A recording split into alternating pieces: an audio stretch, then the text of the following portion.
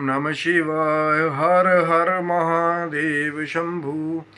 जय माता दी। मित्रों, क्या कभी आपको भी मिला है गड़ा हुआ धन या किसी का दबाया हुआ खजाना या तंत्र बाधा से बांधा हुआ खजाना का आपने कभी दर्शन किया है, या कोई ऐसा साक्षात्कार आपने सुना है, कोई सत्य घटना ऐसी सुनी है जो मैं आज आपके साथ शेयर करने वाला हूँ। सत्य घटना, एक पुरानी लेकिन सत्य घटना। शिव शक्तोम चैनल पे आप लोगों का हार्दिक स्वागत है मित्रों। आशा करता हूँ कि भगवान शिव की माँ जगदम्बा की कृपा से आप अपने स्थान पर कुशल मंगल से होंगे।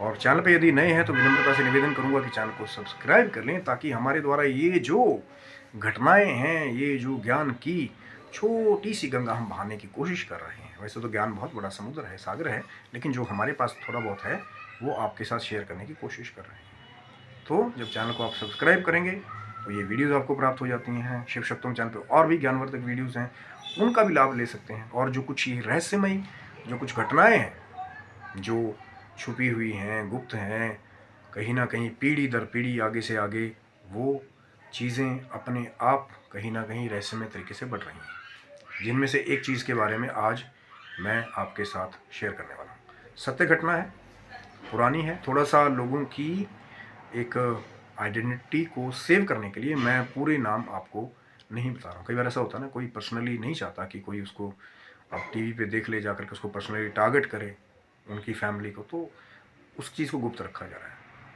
तो हुआ क्या कि बात है हिमाचल की पहाड़ियों की, और ये वो डिस्ट्रिक्ट की बात है जहाँ पे श्री माता नैना देवी जी का मंदिर विराजमान है, जिस बिलासपुर डिस्ट्रिक्ट में।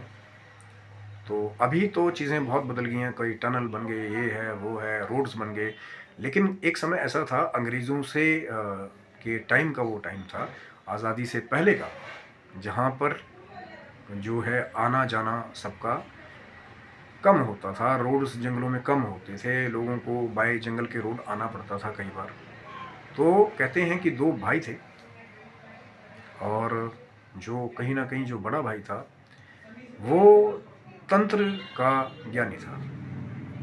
जो है पहाड़ों में शुरू से ये भूत प्रेत तंत्र क्रियाएं जो है एक शुरू से चलन रहा है। चाहे आप हिमालय से लेकर के गढ़वाल रीजन से लेकर के आप हिमाचल में अन्यत्र चले जाइए, अब थोड़ी सी चीज़ें बदलने लगी हैं, जैसे ही थोड़ा अर्बनाइजेशन होने लगा है। तो उस समय कहते हैं कि जंगल का एरिया था, और वो जो बड़ा भाई था वो तंत्र क्रिया का ज्ञानी था, और कहीं ना कहीं जो उनके छोटे भ्राता जी थे वो उनसे अभी भी वो चीज़ों को सीख रहे थे कि कैसे।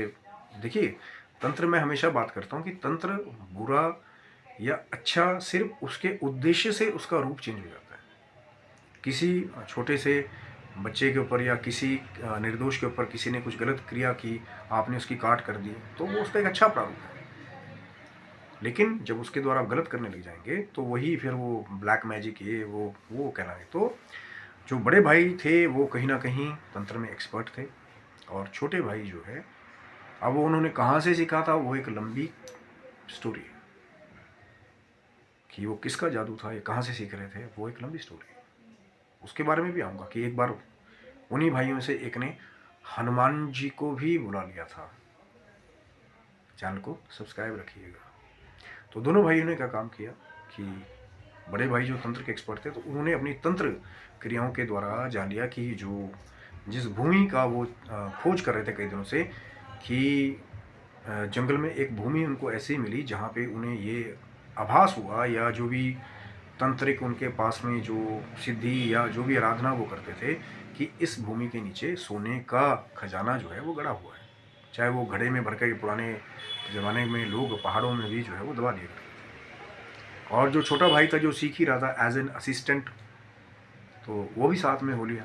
क्योंकि मैंने पहले कहा कि वहाँ पे कम लोग आया जाया करते थे, जंगलों में बहुत दूर दूर घर कई बार होते थे, अब लगे लोग पास पास में घर बनाने।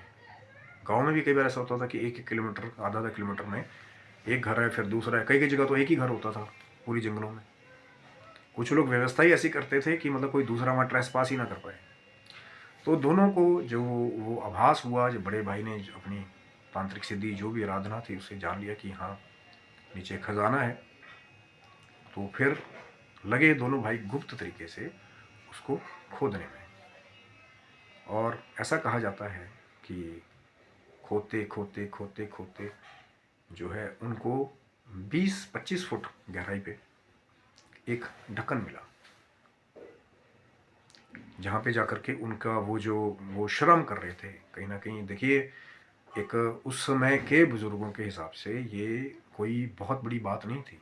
आजकल के अगर मैं बच्चों को ये कह दूं कि आप जाकर के 10 फुट ही गड्ढा खोदिए, या वो जो लोहे की रॉड लेकर के, सबल जिसे बोलते हैं, या कसी लेकर के, तो कहीं ना कहीं जो है उनकी हवा निकल जाएगी, उनके पसीने भी छूट जाएंगे। बिल्कुल सत्य बात है। हमारे जैसे भी अगर अभी करने लगेंगे कि भैया 10 फुट खोदना है, लेकिन जो पहले के ज़माने के बुज़ुर्ग होते थे उनके अंदर वो एक खाना पीना, उनका अच्छा खुराक, और जो गांव के मेहनतकश लोग होते थे तो उनके लिए ये एक आम बात जैसा था। अब कई लोगों को, जैसे मैं आज ये बात कर रहा हूँ, तो बोलेंगे यार 20-25 फुट खोद दिया, क्या बंडल मार रहे हैं यार, मैं तो 2 फुट खोदने जाता हूँ तो मेरी हवा निकल जाती है।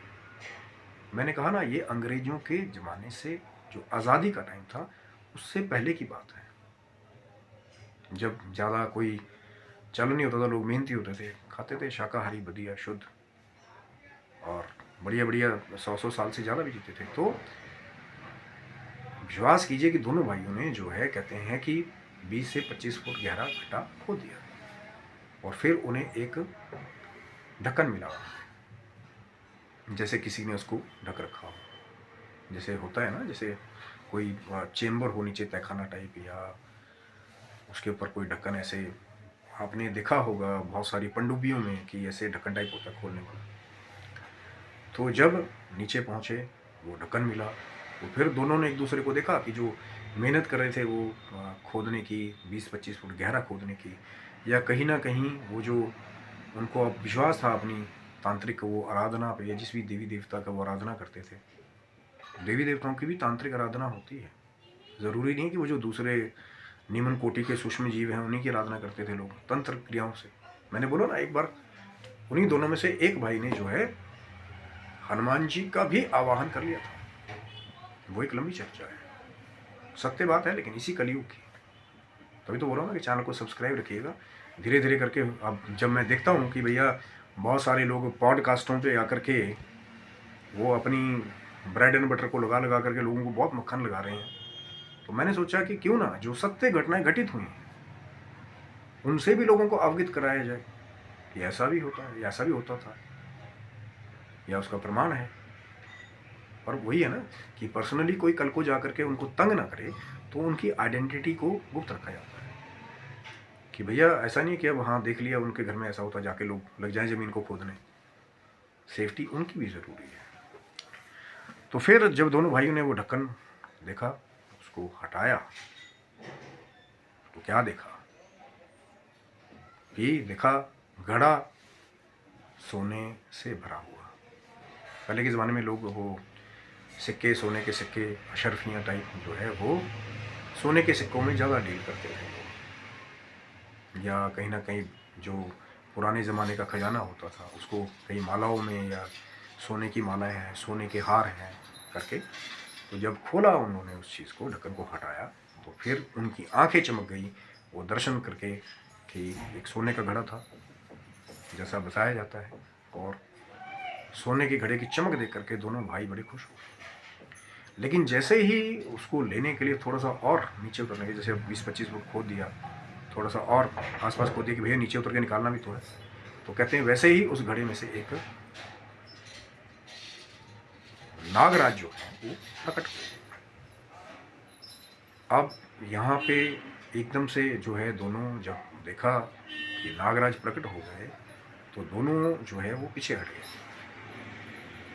अब चाहे जो है वो ही जानते हैं, या वो भोलेनाथ माता रानी जानते हैं कि वो मायावी नाग था या क्या था, या असली के सर्प थे। जैसा कि एक ऐसा ही मिलता जुलता केस जो है वो पद्मनाभ स्वामी में कहते हैं कि जब उसको पहली बार खोला गया था दरवाजे को, तो वहाँ से कुछ विषैले नाग बाहर निकले थे।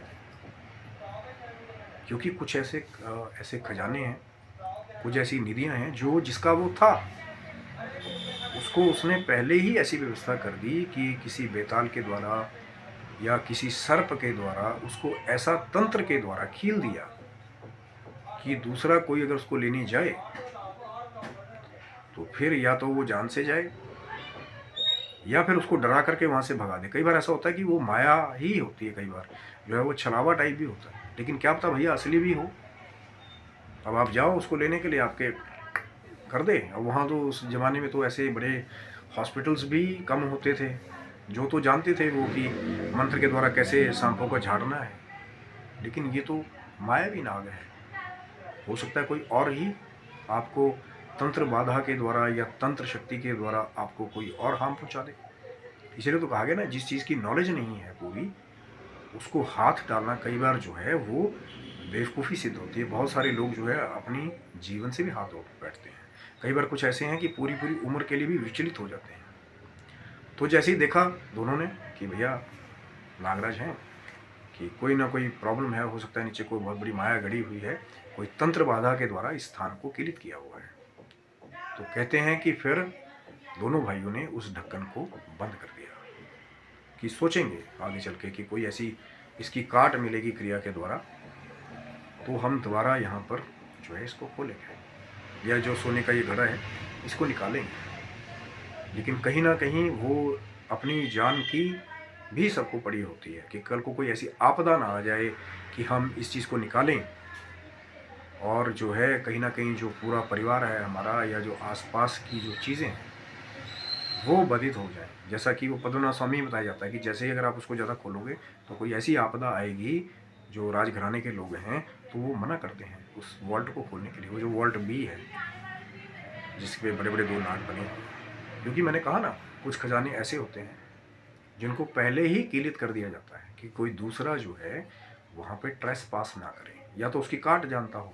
जैसे कि बोलते थे कि अष्ट नाग बंधन के द्वारा उस द्वार को भी बंद किया गया पद्मनाभ स्वामी को, कोई फिर आकर के गरुड़ मंत्र के द्वारा उसको खोलेगा लो करेगा।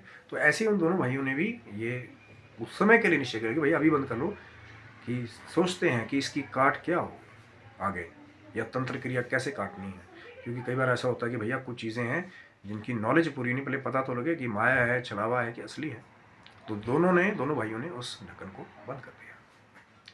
और कहते हैं कि जैसे ही रात हुई दोनों सो गए, तो वो जो छोटा भाई था, वो जो असिस्टेंट था, जो कहीं ना कहीं वो तंत्र क्रियाओं को सीख रहा था,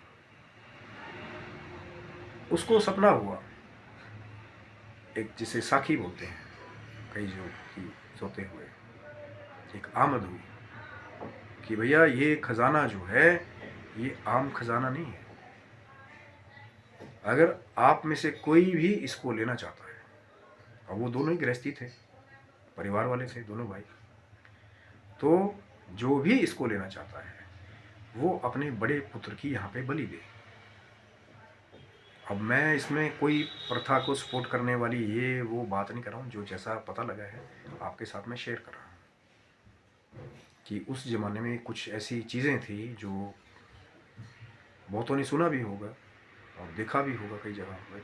मैं हमारा चैनल बिल्कुल भी ऐसी किसी चीज़ की कोई सपोर्ट नहीं करता जिसमें किसी निर्दोष को कष्ट देने की बात की जाए, और जैसा उनको साखी हुई थी वैसा मैं आपको बता रहा हूँ। ऐसे कोई भी चीज़ का देखिए सपोर्ट मत कीजिए जिसके बारे में नॉलेज नहीं है। कई बार ऐसा होता है कि आप कोई चीज़ ऐसी कर दें जिससे आपके अपना ही नुकसान हो, आपके परिवार का नुकसान हो। ऐसी किसी भी तांत्रिक क्रिया को बढ़ावा मत दीजिए। मैं तो पहले से खंडन करता रहा इन चीज़ों का कई बार। लेकिन कहते हैं कि जैसे ही उनको सपना हुआ तो कहीं ना कहीं उन्होंने बहुत विचार किया और अंत में ये फैसला लिया कि मेरा असली धन मेरे बच्चे हैं, ना ही मैं वहाँ पे किसी अवतंत्र क्रिया को बढ़ावा दूंगा, और ना ही ये जो चीज़ की डिमांड की गई है इस चीज़ को ही वहाँ दिया जाएगा। और कहते हैं कि कालांतर में जाकर के फिर उस खड्डे को जो खोद दिया था 20-25 फुट उसको बंद कर दिया। और दूसरा वो जो बड़ा भाई था जो इनिशिएट करने वाला था, ना ही उसने फिर वहाँ पे उस तंत्र क्रिया को आगे बढ़ाया, ना ही वो जो छोटा भाई था जिसको वो सपना दिखाई दिया था जब दोनों ने आपस में डिस्कस कर लिया कि भैया ये कोई तगड़ी माया है, हो सकता है कल कोई हमारे को छल ले, ठग ले, है ना, और फिर कोई आपदा आ जाए हमारे परिवार पे या हमारे पूरे गांव पे या पूरे प्रदेश में, तो दोनों ने समझदारी से फिर उसको बंद करना ही समझदारी समझा कि ऐसा ना हो कल को यही चीज़ निकल करके कल को ये जो हमारे बच्चों को या हमारे परिवार को हार्म करे, नुकसान पहुँचाए। तो दोनों ने फिर वो जो 20-25 फुट गहरा गड्ढा खोदा गया था, जहाँ मिला था उनको वो सोने का खजाना, जहाँ मिला था उनको वो ढक्कन जिसको उठा करके उन्होंने वो चमक देखी थी सोने की, लेकिन साथ में दर्शन किसके किए थे? विषैले नागराज के भी दर्शन किए थे। हो सकता है वो मायावी नाग था, हो सकता है या वो कोई मायावी जन्न था, या हो सकता है वो मायावी कोई दूसरी चीज़ थी। नाग का रूप बना करके उन लोगों को डराया और फिर सपने में जाकर के फिर ललचाया भी।